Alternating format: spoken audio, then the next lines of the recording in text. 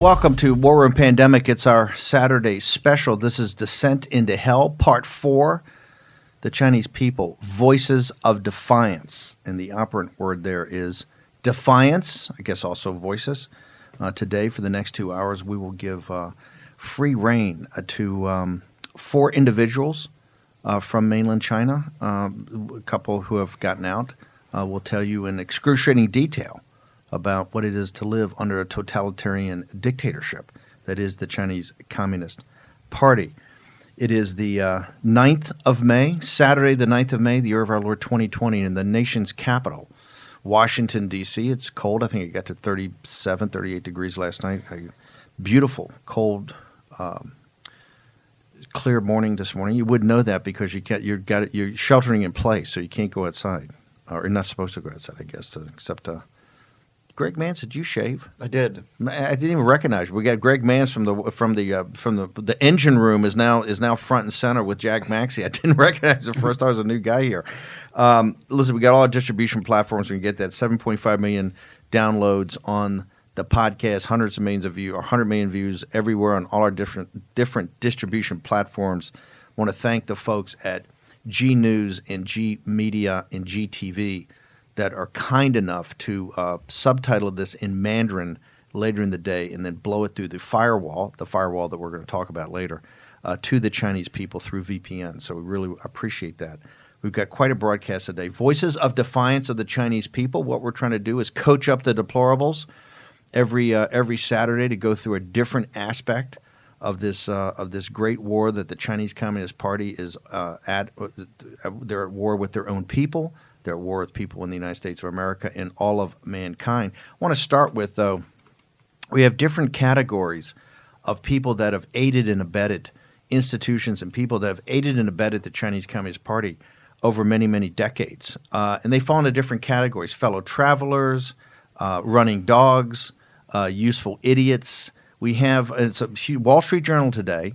The same day, Kevin Rudd, former Prime Minister of Australia, Kevin Rudd, Labor Prime Minister back in 2007, 2010. Jack, I think memory serves. Yes, he was. Then he had another, Kevin Rudd, and a China expert.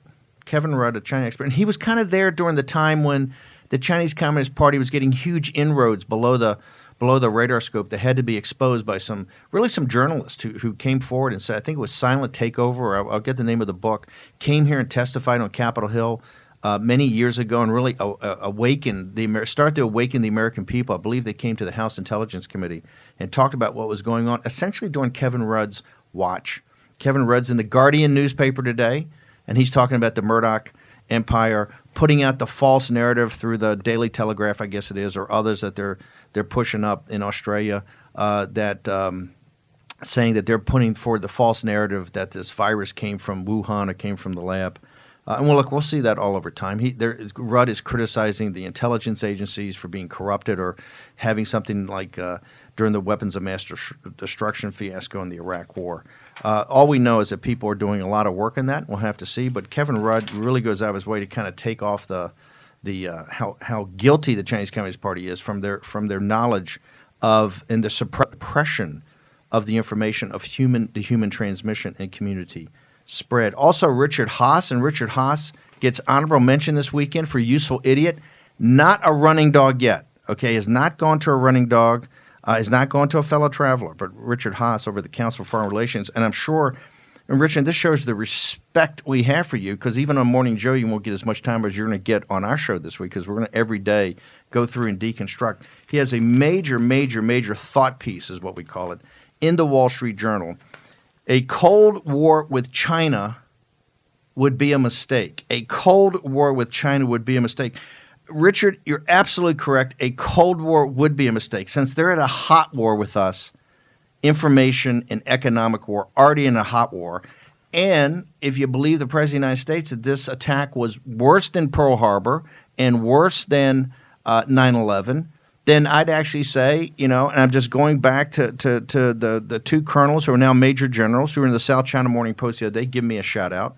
The writers of Unrestricted Warfare that walk through information war and economic war and kinetic war. Hey, I don't know, but maybe if it's an attack worse than Pearl Harbor, maybe that's kinetic. Maybe this biological attack or this pandemic is kinetic. But, Richard, you're absolutely correct. A Cold War with China would be a mistake because they're at a hot war with us. Now, that's not the reason he makes it. This is the globalist version of the world. That's really these transnational things are much more important. So the Westphalian system of the nation state, the United States doesn't need to defend itself as a nation. It has global change, global warming, pandemics, all this. Don't worry about China as an entity. Well, obviously, that's dead wrong. And, of course, he's got this great thing. The United States is really their fault, sort of for the deplorables. Also, you hedge funds folks and the news producers, it's your fault. First off, the United States should think of physician heal thyself. That should be the watchword. It's, quote, physician heal thyself. It's all the United States' fault. The question we have, we're going to spend more time going through this line by line and deconstructing it and showing our respect for Richard Haas, a useful idiot of the Chinese Communist Party. But the reason we wanted – here's the important question. Is this Joe Biden's foreign policy? The American people got to know, Richard Haas and Joe Scarborough – the two questions we have to ask, and Joe, we don't want to ask the question on the intern. That may be outside the little bounds of thing. We want to ask the question: do you have a passport? Have you ever been anywhere? Is the farthest Scarborough's been away from home is South Padre Island? Just asking, Joe, with your international experience. Oh, that's right, you married a Mika, so you can get all the great Zbigniew Brzezinski, all of his great knowledge of what he did under the Carter administration. Just another fascinating, just a great run you had there. Your dad had, Mika. But no, the question before us and the American people have to have answered. Forget the Tara. The Tara Reid thing's its own thing. That's going to get either worked out or not worked out. She'll have her day, but the key thing for Joe Biden, we're going to have Robert Kuttner on. He's a progressive. He's a hardcore old labor guy, super anti-CCP. Kuttner from the American Prospect is going to join us. We have Kyle Bass and Robert Kuttner on Monday. Monday's show is going to be amazing because Kyle Bass is a free market buccaneer, right, capitalist, anti-CCP, and Robert Kuttner's in the opposite end of the spectrum. He's an old hardcore, I don't want to say Stalinist, but he's a hardcore labor, he's a hardcore labor guy, anti-CCP. And he has a brilliant article in American Prospect we're going to talk about on Monday, which is Joe Biden going to lose this entire election on trade? Donald Trump was elected because of trade. Not immigration was very important, don't get me wrong, but it was in those upper Midwest states, Michigan, Wisconsin, and Pennsylvania, throw in Ohio and Iowa, it was trade, and trade means China. And so we have to ask the question. We're going to have Kuttner deconstruct Biden's globalist trade agenda. He makes a very compelling argument. He could lose the entire election on his thing on trade. We'll get to that. But we have to know. We've got to make some real pressure to Joe Biden. We listen, Joe, actually, we do listen to the Proof of Life podcast you have. So we do listen to that. We have to know if Richard Haas is an advisor to Biden. We have to know this is the globalist. And I know the radio audience can't see this. It's the Wall Street Journal from today. We're going to get this up online. We're going to spend a lot of time early in the week as a show of respect from Richard Haas because nobody else will talk about it, but we will. And the reason is that this is what useful idiots do for cover for the CCP. The whole thing is making all the excuses. They're not an expansionist power. They're not this. They're not that. So he's completely lost. We're going to coach him up. In fact, we'd like to hashtag War Room Pandemic. We're going to put this up that we want the deplorables to coach him up about One Belt, One Road, Made in China 2025, the Huawei rollout, some of the stuff. We've got a former Huawei engineer on the show today. So we'll go through. His great line is, a rising chorus of American voices, that would be us, now argues that confronting China should become the organizing principle of U.S. foreign policy. Well, I just posted it to hashtag War Room Pandemic with your question. Is this now Joe Biden's foreign policy? So, ladies and gentlemen, we need the deplorables to weigh in here. And be fair, read it. We may have to cut and paste it if you don't subscribe to the Wall Street Journal. We may have to cut and paste that. Murdoch's won't mind. This is getting good publicity here. It's got to be read. This is a must-read. A Cold War with China would be a mistake. You're absolutely correct. On that one, we agree with Richard Haas because they're at a hot war with us. Useful idiot Richard Haas. May go into the useful idiot Hall of Fame. You go from useful idiot to running dog to fellow traveler. You got it in the pantheon here. You're just a useful idiot right now. Okay, we're going to get into the from the ridiculous to the sublime.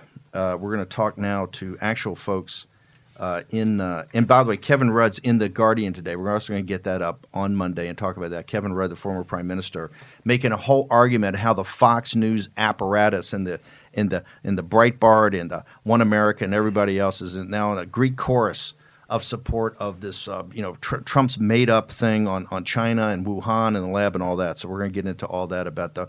But here's the buried lead, folks. Whether it's Beijing, or whether it's the Wall Street Journal, or whether it's the Guardian, they understand that you are now getting woke.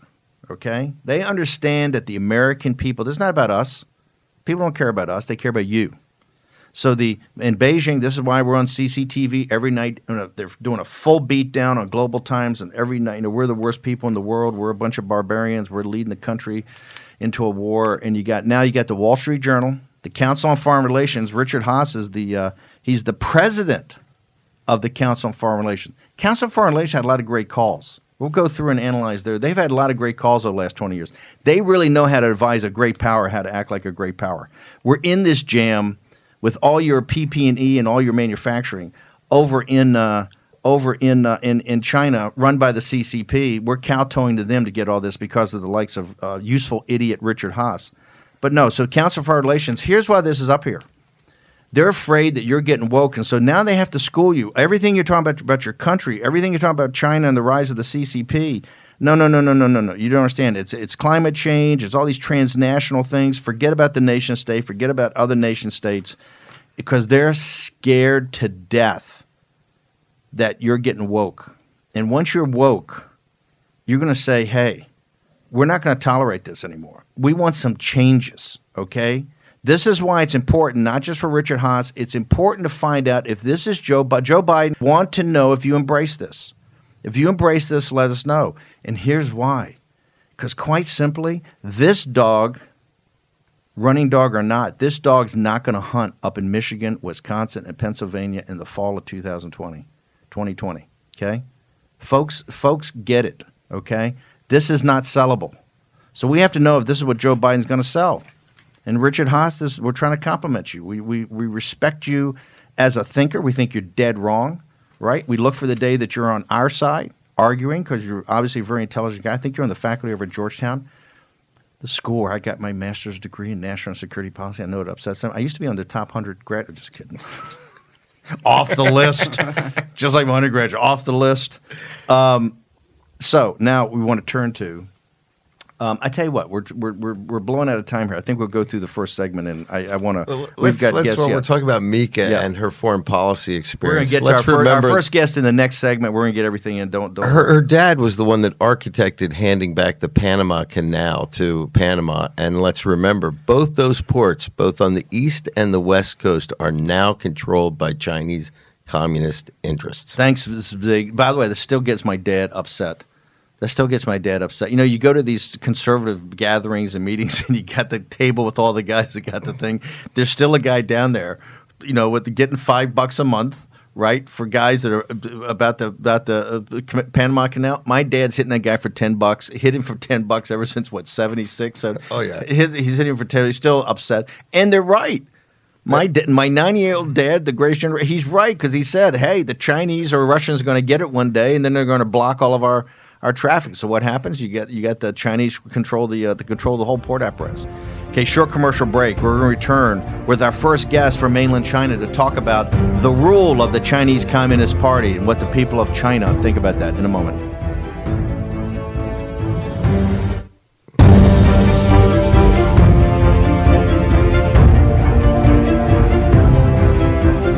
War Room Pandemic with Stephen K. Bannon. Here's your host, Stephen K. Bannon.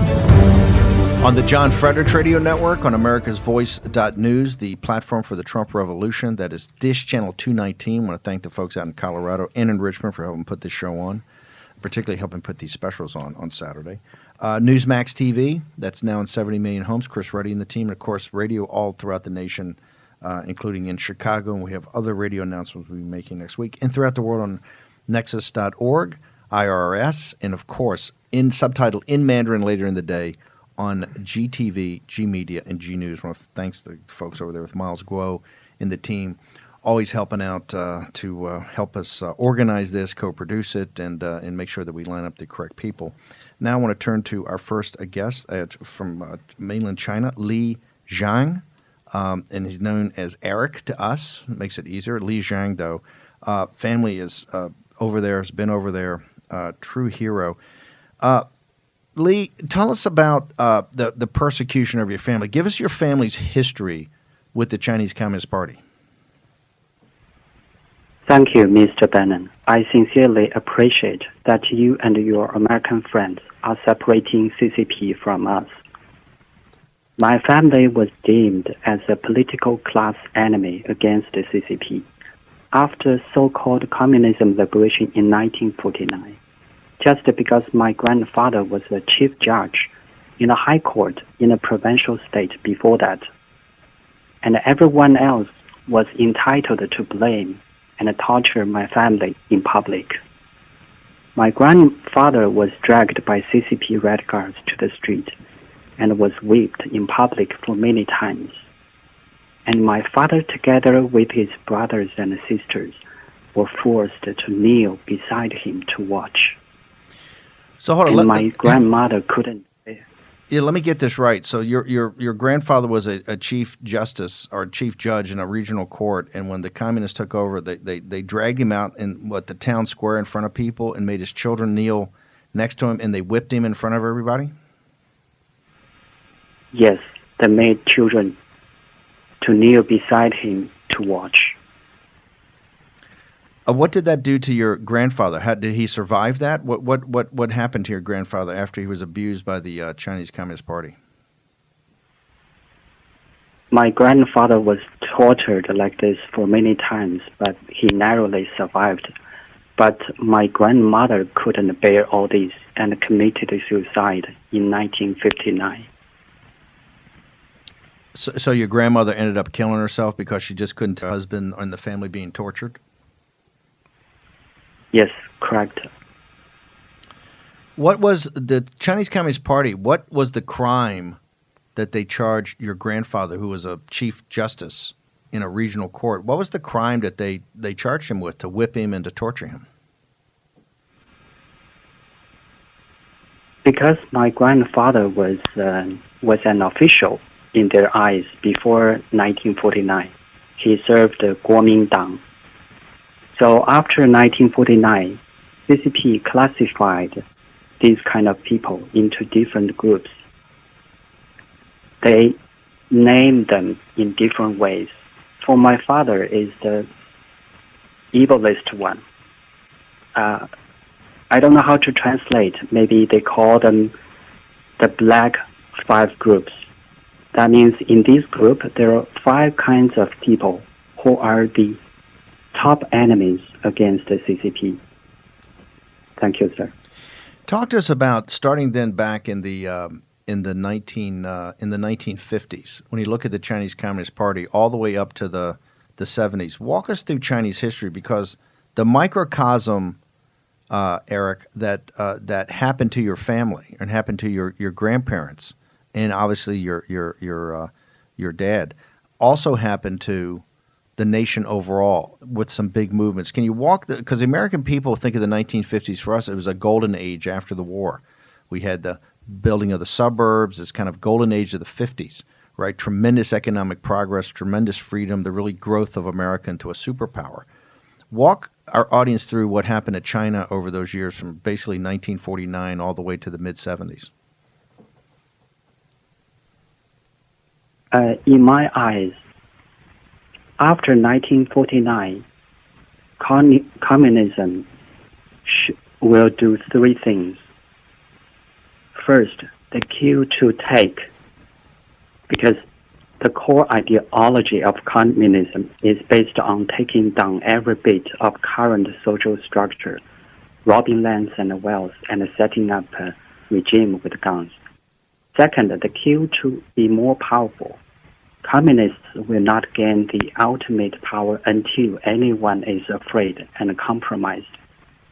Third, the cue to reshuffle. CCP is a meat grinder. The internal fights are very bloody because the winner gets more power and wealth.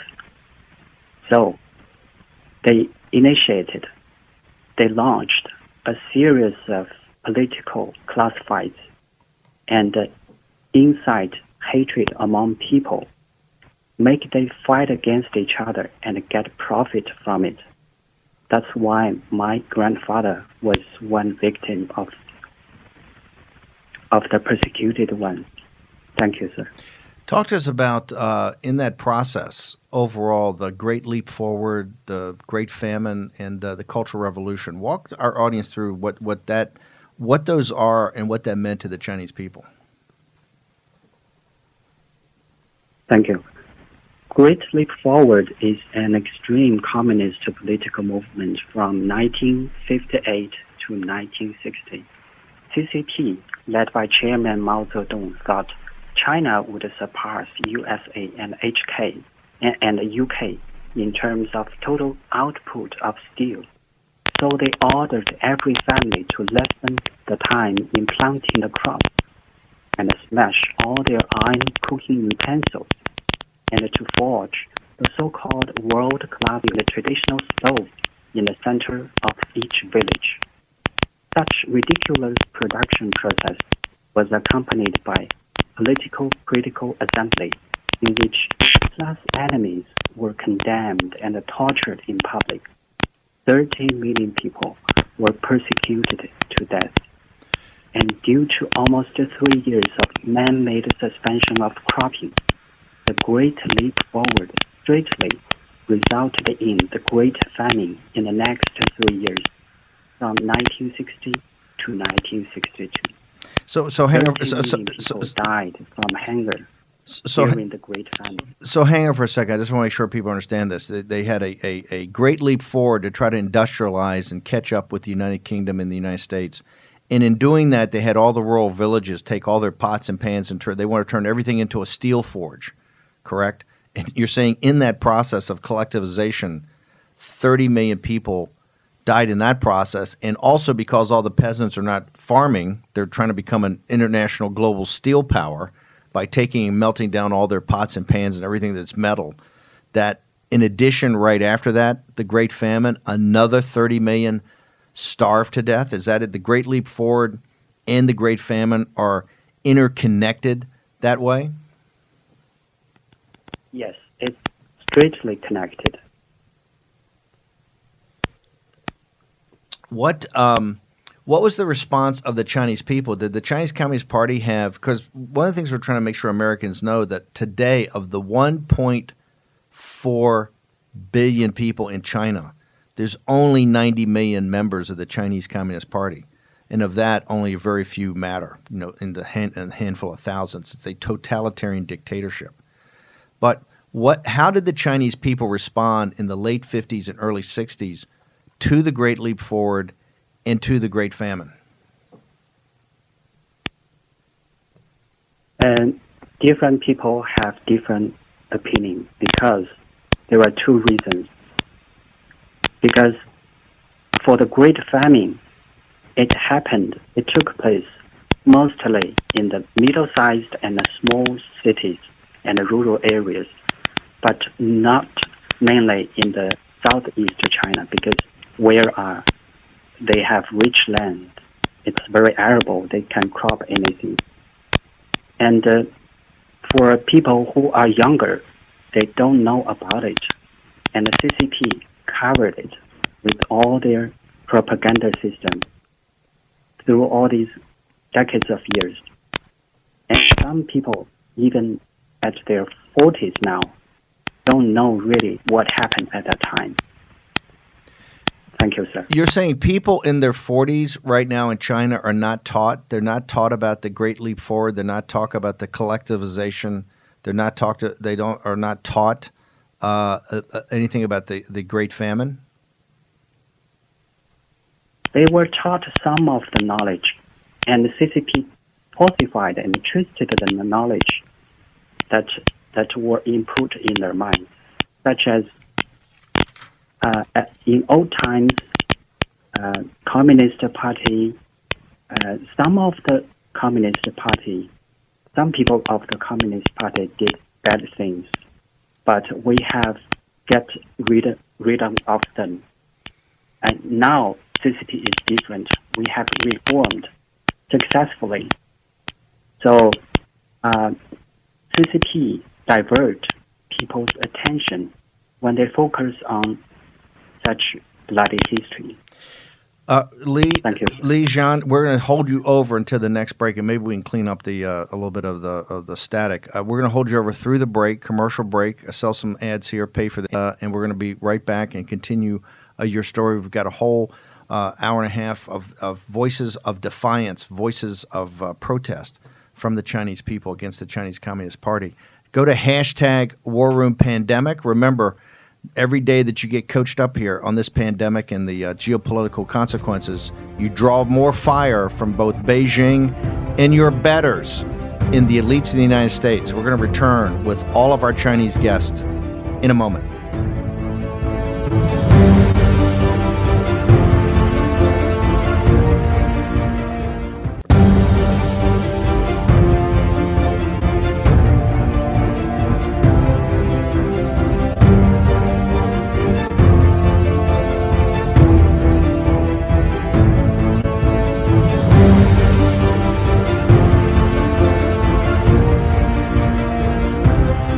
Welcome back to War Room Pandemic. This is our special Descent into Hell Part 4, the Chinese people, voices of defiance every week, whether we're talking about Wuhan particularly, or they're talking about how this pandemic started and was really covered up by the CCP. They didn't care about the people in Hubei province. They didn't care about the people in Wuhan.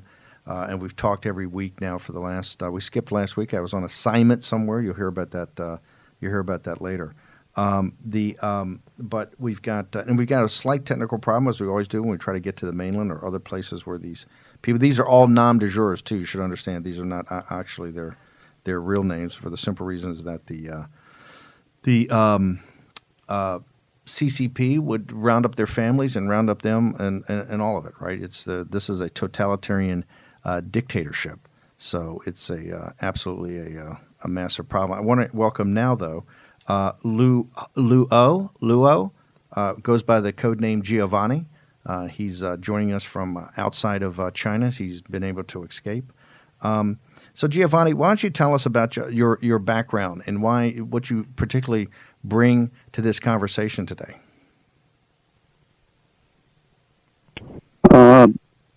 First of all, thank you very much, Mr. Bannon. It's an honor to be on your show today. My background basically is a professional in the professional field, and is in various business.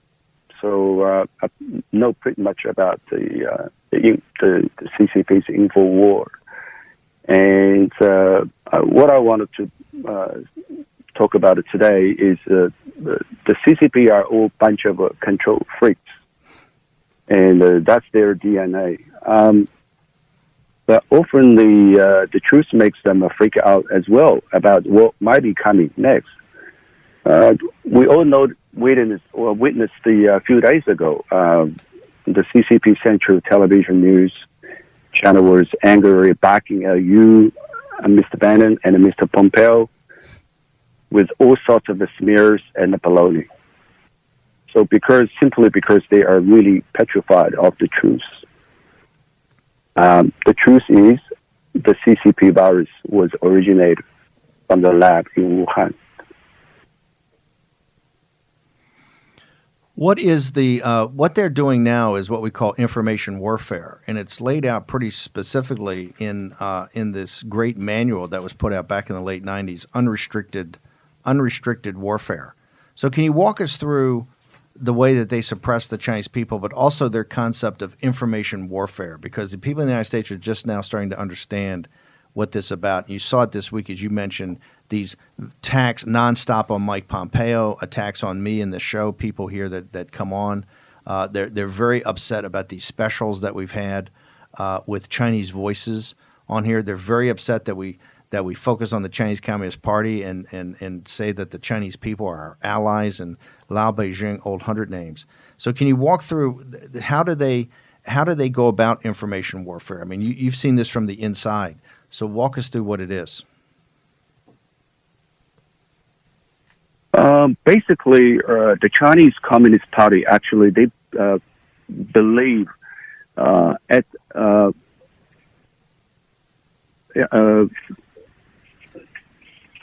sorry, at each turning in history, they believe the chance of their survival always hinge on three magic things. The first one is called arms struggle. The second one is propaganda. The third one is united front. Let me get that right. The first one's armed struggle. What does armed struggle mean? The armed struggle means people had been restricted to having firearms. As CCP firmly believes, the ruling power comes out of the gun barrels. So the Chinese people have been under the CCP's barrel to tremble and obey for over 70 years. Hold on. I want to slow down here because this is obviously, the United States is a big believer. One of our key amendments in our Constitution is the Second Amendment, the right to bear arms. So are what you're saying, and Mao's famous saying was that power comes from the barrel of a gun. Political power comes from the barrel of a gun. Are you saying that this is one of the principal ways that the CCP, the Chinese Communist Party, has oppressed the Chinese people, is the fact that they don't let them have firearms and that they control all the weapons? Yes, certainly. Since they took power back in 1949, they believe once people have the right to hold a firearm, probably their ruling power, the government will be toppled by the people one day. Is there any sense that if you actually had the right to bear arms for Chinese citizens, if that became a right, would, in your mind, many Chinese citizens want to get arms? Would they want to actually be armed? If we say the government is actually, I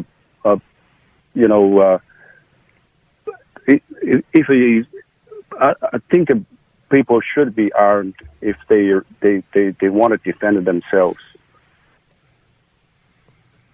So you're saying that you don't think at the local level the Chinese Communist Party could have the power, an oppressive power they had, if you had an armed citizenry? Is that basically what you're saying?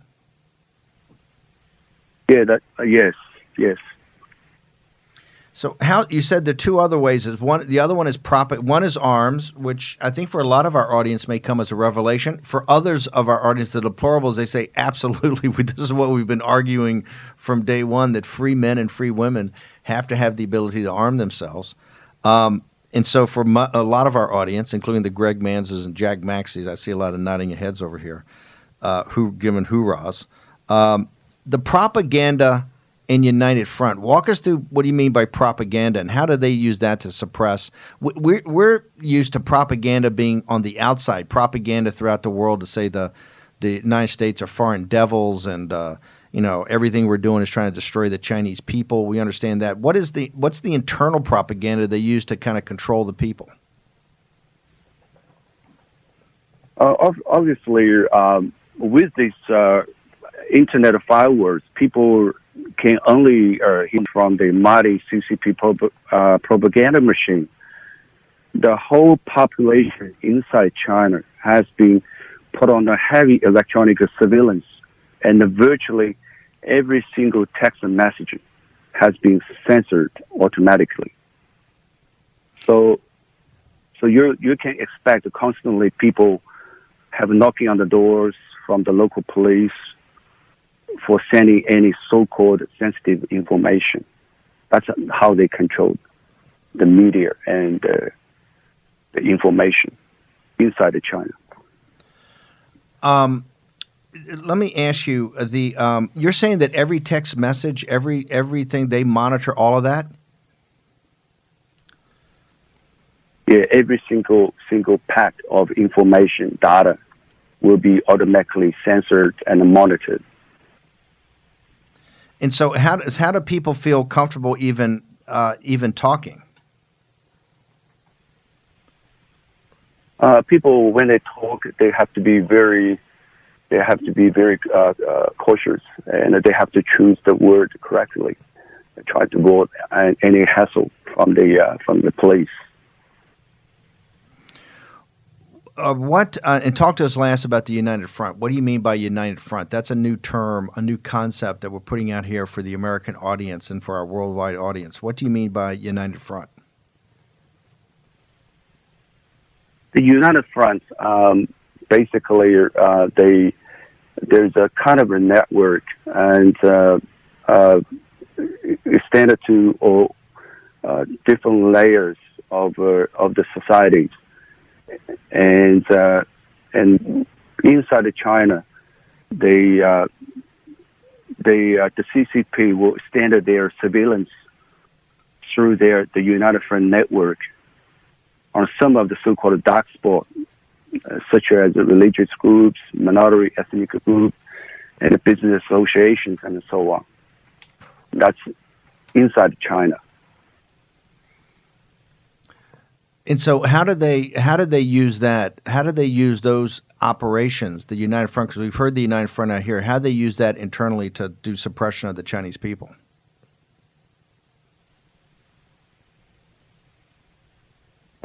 Basically, the United Front network, they covers all the layers in the societies, so they can, mostly those minority groups, or the party, the head of the party actually, they are all Communist Party members.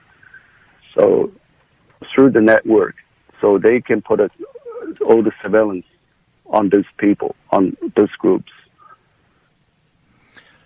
So walk through the combination of armed struggle. They have all the guns and the citizens don't. The combination of this propaganda machine, the combination of this United Front of all these institutions.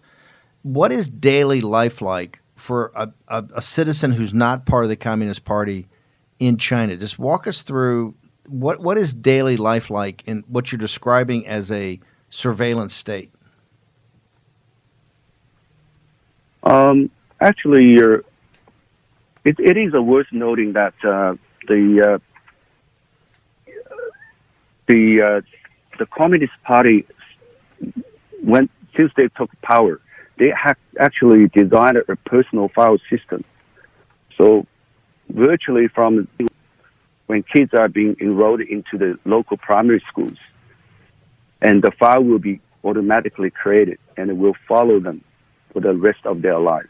Hold on, hang on for a second. I want to make sure our audience understands this. You're saying from the time a child is 5 or 6 or 7 years old, he starts school, that the party, the surveillance state, has already started a file on you at the age of 5 or 6? Correct. And what is that file supposed to add over time? Is this your own personal dossier? It's all information about yourself and about your family, about your social network, like your extent, the families, your uncle, your auntie, all the social network connections, and all the information about yourself. So this will go all the way up to when you reach the retirement. Okay, Lua, and we call you Giovanni when we have met you and talked to you. Understand that you've escaped from mainland China. What I want to do is hold you over through the break. We're gonna take a short commercial break here. I want to come back. We're also going to get Li Zhang back on when we can, when we finish up the static. You've kind of at least shocked me this morning talking about, which Richard Haas I think doesn't get. He never mentions the totalitarian police state, right? He treats it like just a normal, we don't have a problem with them, not a problem. Richard Haas, I like Richard Haas to hear some of the voices here. Why the American elites? Why have they abandoned the Chinese people? Why are we supporting and why are we in business with a totalitarian dictatorship?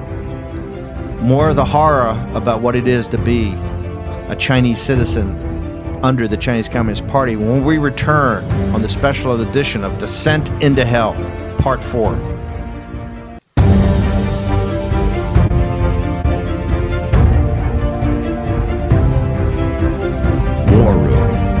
Pandemic with Stephen K. Bannon. Here's your host, Stephen K. Bannon. Welcome back to Descent into Hell Part 4, The Chinese People, Voices of Defiance. Jack, you've got tell us about you've got some research about Shanghai in the suicide issues that were during the height of the reign of terror of the Chinese Communist Party. Well, in this period, just after they took power, they were trying to repress anybody who was associated with capitalism or the evil West. And Mao actually made a directive to his people that we shouldn't outright kill the cadre, but he encouraged suicide. And there are accounts that in Shanghai, at the height of this terror, that the citizens of their own free will began to walk in the roads anytime they were around the skyscrapers because they were afraid of being hit by bodies, as jumping out of these tall buildings was the preferred method. No, it's amazing when you look at the history of the Soviets and you look at the history of the Chinese Communist Party. These devils that took power in the mid-century, in the 20th century, and their reign of terror on their people is absolutely stunning. Well, and just to destroy people's character to such an extent that your objective is that they kill themselves. I mean, is there anything more evil than that? Because they wanted you to murder yourself because that implied that you were guilty, right? We don't have to execute you. You did it to yourself. Right. You're showing your guilt by the suicide itself. Okay, I want to return to our guest, Giovanni. His Chinese name's Luo, and these people show tremendous courage by coming on this show and giving us their unexpurgated opinions about the Chinese Communist Party. I want to go back to Huawei and to the technology, unrestricted warfare. They've come at us, in information war and economic war, kind of combined through these telecom companies. Walk us through in a broad sense. What are we looking at here in the West? Because people are, we have people signing up for the boards of directors. We have Americans working with these companies. One of the law firms we have a lot of respect for has just announced that they're going to be, Jones Day is going to be a lobbyist for Huawei. Giovanni, can you walk us through what we're actually looking at when we look at Huawei and these other technology and telecom companies? Huawei and ZTE, actually, they're the companies that the leading roles in this propaganda and media control game. They're not only for data collecting, but trying to infiltrate the network infrastructure globally, but also acting on various missions that designated by the CCP.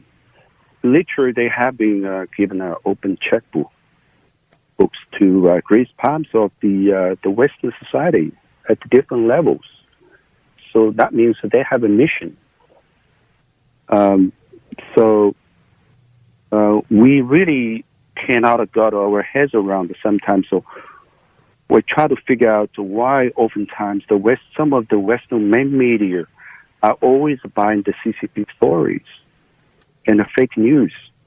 We do know that VOA has been in the same tune with the CCP for a long time. And ironically, the entity itself has been funded by American taxpayers. So I just want to make sure, I know someone who is on the mainland and just recently got out, that you're saying Voice America. You think Voice America is co-opted by the propaganda machine or the propaganda party line of the CCP? Is that what you're saying as a Chinese citizen? Yes, absolutely. Because they are supposed to have the American voice out to the Chinese. It should be the other way. So, but we have this kind of saga, in play, and oftentimes they have become a mouthpiece of the CCP. I just want to get. I want to get just one other thing straight. You're saying that ZTE and Huawei and all these companies are actually trying to infiltrate the global telecom systems to get into the systems? Is that what you're putting forward? Yeah, that's because those companies are always being deployed or militarized by the CCP as their economic frontiers for fulfilling the party's political agenda and goals. That's why they are out there, operating day in, day out. We only got about a minute and a half left. What about the courage you people showed come on this show? What happens if the Chinese Communist Party finds out that you're actually getting in from the West into mainland China to your friends and associates? What would happen to you?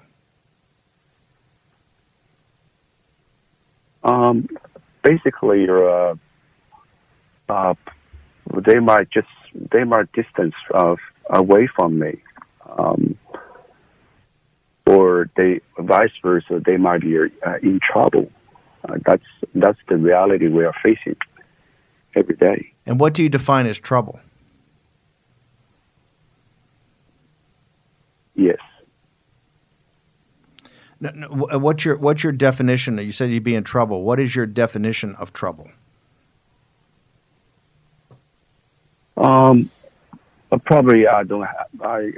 I might have received calls from my families, ask me to stop, come on the show or go on the public media and post something which is the CCP doesn't like.